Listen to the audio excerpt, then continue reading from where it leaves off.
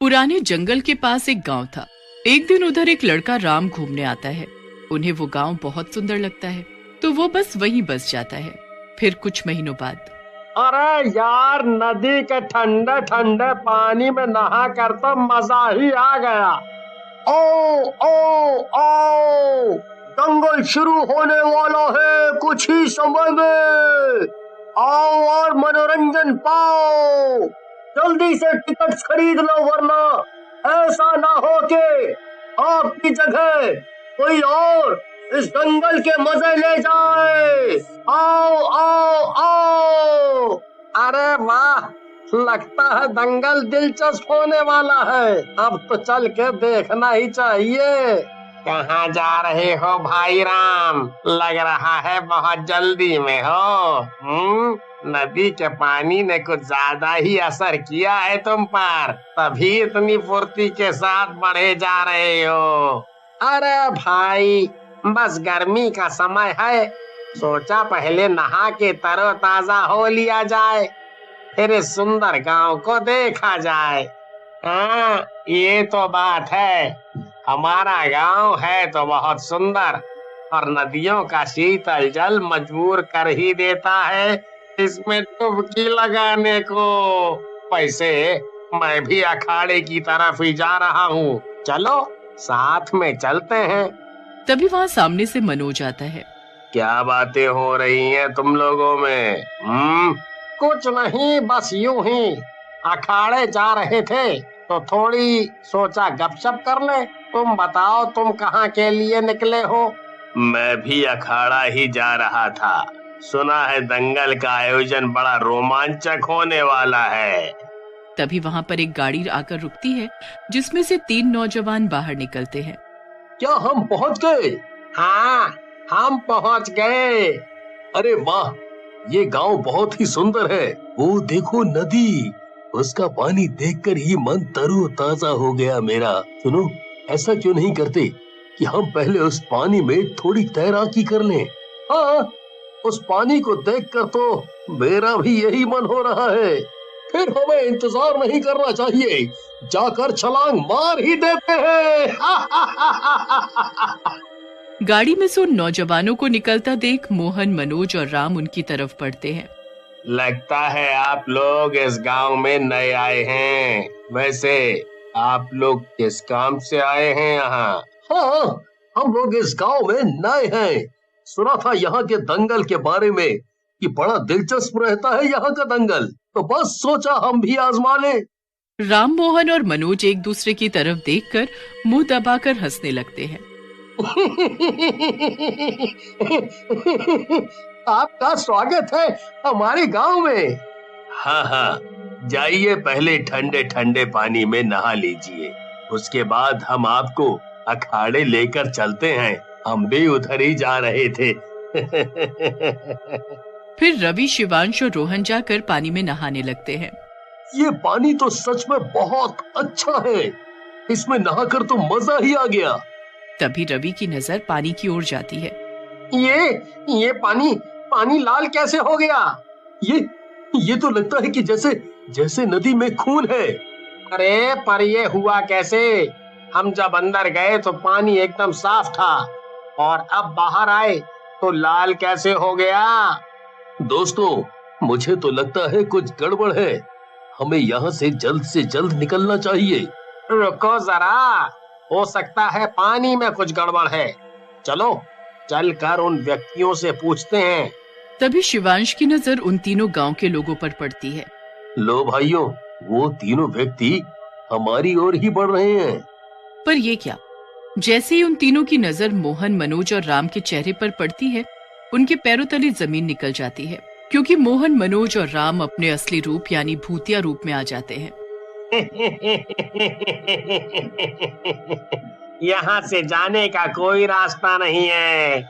जो यहाँ एक बार आया, समझो यहीं का हो गया। अरे ये क्या हो गया तुम तीनों को? अभी थोड़ी देर पहले तक तो तुम लोग हम जैसे ही लग रहे थे। जो यहाँ दंगल खेलने आता है उसे दंगल खेलना ही पड़ता है, वो बिना खेले नहीं जा सकता। वो चाहे या ना चाहे। वो तीनों भागकर अपनी गाड़ी में जाकर बैठ जाते हैं और गाड़ी स्टार्ट करके गेट तक पहुंचते हैं। अरे, जब हम आए थे तो ये गांव हरा भरा सुंदर लग रहा था, पर ये अचानक क्या हो गया? हर जगह राख, टूटी फूटी झोपड़ी, खंडहर, क्या है ये सब? तभी भूतिया राम, मनोज, मोहन के साथ और भी गांव वाले आ जाते हैं और उन तीनों को पकड़ लेते हैं। मैंने कहा था ना कि तुम कहीं भी जाओगे तो पकड़े जाओगे। तुम लोगों को ये दंगल खेलना ही पड़ेगा। नहीं नहीं, हमें जाने दीजिए। हमने आप लोगों का क्या बिगाड़ा है?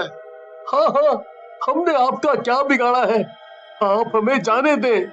सारे गांव वाले चारों तरफ से उनको घेर कर पकड़ लेते हैं और शोर मचाते हुए उन्हें लेकर अखाड़े में जाते हैं।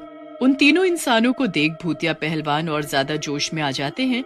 अरे दादा रे, यहाँ पर तो कितने खतरनाक खतरनाक भूत हैं। अब क्या हमें इनसे लड़ना होगा? मुझे यहाँ से भगाओ, मैं नहीं रह सकता यहाँ। किसी भी तरह से निकालो भाई। इसे ऐसे अकल नहीं आएगी। फिर और भूत मिलकर उन तीनों को एक कमरे में बंद कर देते हैं और उन तीनों के पास निराश होकर एक कोने में बैठने के अलावा और कोई चारा नहीं बचता। ना जाने किस जन्म की सजा मिल रही है मुझे यहाँ। पता नहीं किसकी शक्ल देखी होगी आज मैंने सुबह उठकर। सही बात है भाई, पता नहीं किस किस जमाने की सजा मिल रही है और क्या सोचकर हम लोग यहाँ आ गए।